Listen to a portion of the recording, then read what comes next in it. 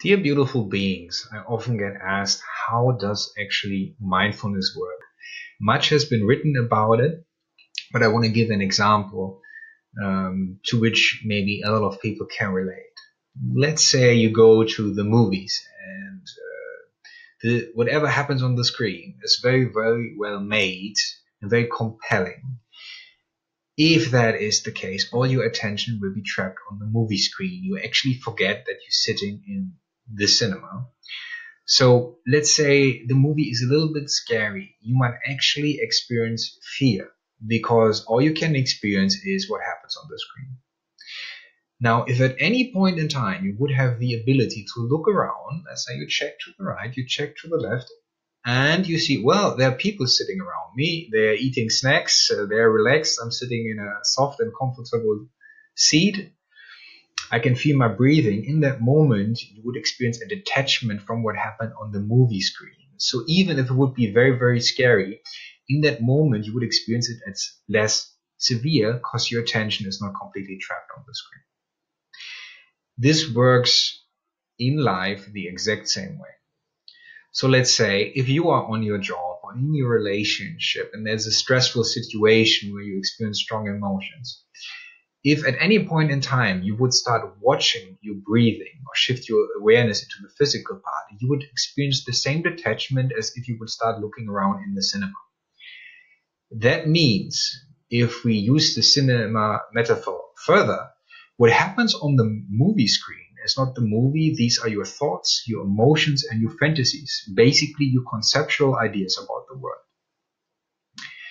If you shift your awareness to your physical body, to your breathing, and to let's say the noises around you, the smells around you, things that you can touch, directly experience through the senses, this creates a different pole of attention. This shifts your awareness into the present experience.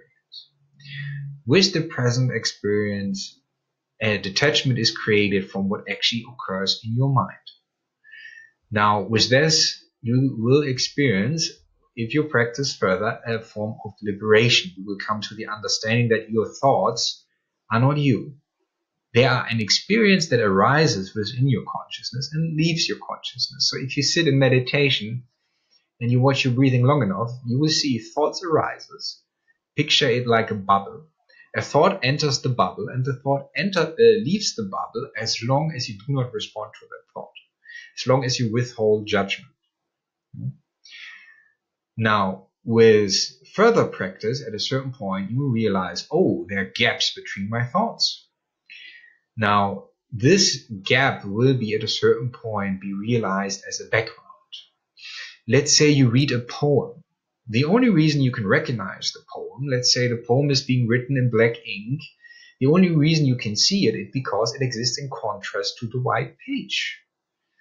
And the white page as such is empty. Such is your mind.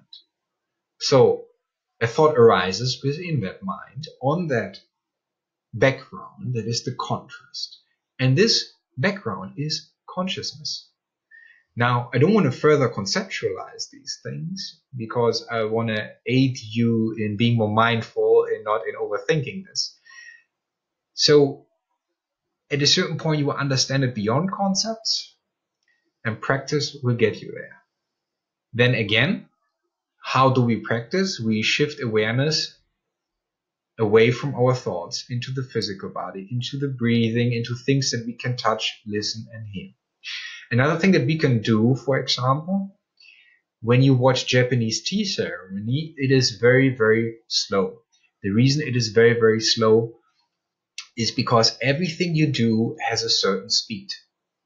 It has a certain speed because certain things you have done 100,000 times. Now, if you do it slowly, you cannot do it from conditioning or programming. That means you do it manually, and that means you do it consciously. This generates awareness in the present moment. So I encourage you to explore, have fun doing this, and be well.